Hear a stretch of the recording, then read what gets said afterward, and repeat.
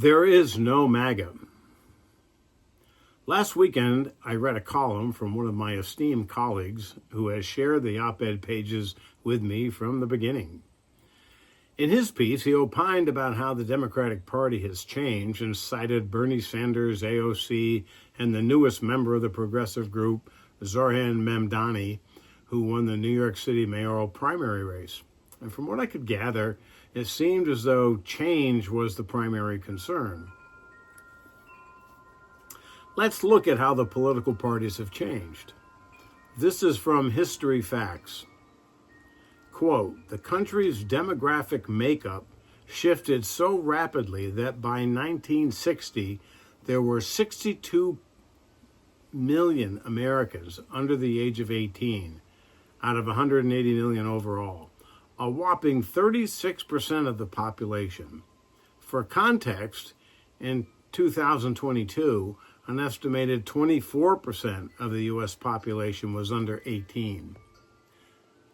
Today, approximately 20% of Americans are under the age of 18.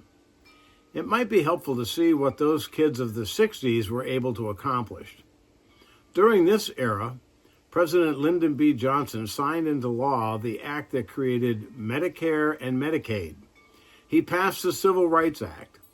The Vietnam War was raging. The kids refused to accept the lies they were being told about this senseless war, and they took to the streets. Their efforts served to turn the tide of public opinion and brought this war to an end. On June 27, 1969, police raided the Stonewall Inn, a gay bar in New York City's Greenwich Village. The bar's patrons, sick of being subjected to harassment and discrimination, they fought back. For 5 days, rioters took to the streets in protest. Quote, the word is out, one protester said. We've had it with oppression. Historians believe that this Stonewall Rebellion, as it was come to known, marked the beginning of the gay rights movement. The kids of the 1960s were radicals for sure, but they were, for the most part, peace and love generation. Contrast this era with today's Republican Party. Today's Republican Party has become the party of fear, intimidation, racism, and fascism. Today's GOP cut $7 billion for U.S. aid and $1.1 billion for public broadcasting. Their, quote, big, beautiful bill will cut Medicaid, the law that the kids of yesterday fought for, by $1 trillion over 10 years. Today's GOP is working hard as they possibly can to discourage and keep Americans from voting, predominantly African Americans. This is from the AP, and I quote, it's appalling what's happening, said former Republican National Committee Chairman Michael Steele, who condemned the silence of the GOP's elected officials. There have been no provable, obvious systemic failures or fraud that would require the kind of legislative remedies that Republican legislatures are embarking on. What the hell are you so afraid of? Black people voting? Apparently. During the time of the Civil War, it was the Democratic Party of the South that went to war to ensure that they could keep black people enslaved and continue their lifestyle of wealth resulting from free labor. It was the Northern Republican Party who were the abolitionists and abhorred slavery.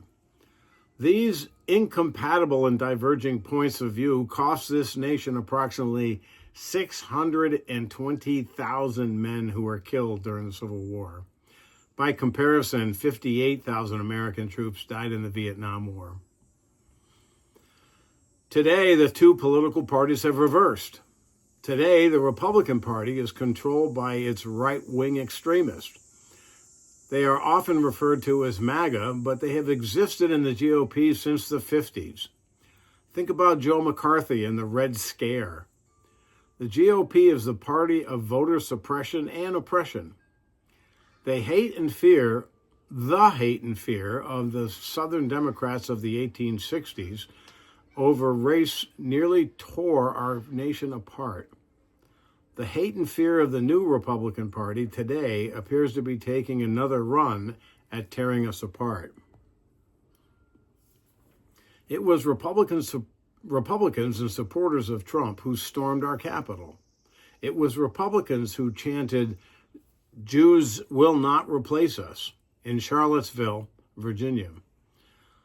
Those Republicans who gravitate towards authoritarianism, racism, intimidation have accomplished their goal of running the Republican Party. The days of electing people like Senator Bob Stafford, Senator Jim Jeffords, Senator George Aiken, Governor Dick Snelling are over. There is no room in today's Republican Party for anyone who does not agree with these extremists. Here in Vermont, one of the nation's bluer states, we've continued to elect a Republican governor, Phil Scott. Governor Scott snubbed Trump and endorsed Nikki Haley in the GOP primaries a year ago. Since then, we've heard very little from our governor about the leader of his party. Phil Scott is not in lockstep with his party today, or is he? He enjoys a strong majority of support from Vermonters of all parties. So why is he still in this party? His silence on the events of the day speaks volumes. If he agrees with what his party is doing, well, that's fine. But if not, he owes it to himself and to all Vermonters to stand up and push back, or like many other high-profile Republicans, just leave the party. He could easily run as an independent and probably get even more support. Sure, the Democratic Party has changed since the 60s, but hasn't the Republican Party also changed?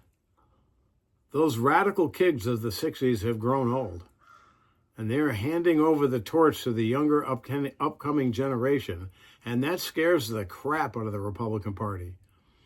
The GOP knows the changes that the kids forced back then, and those are the same changes that today GOPs are undermining.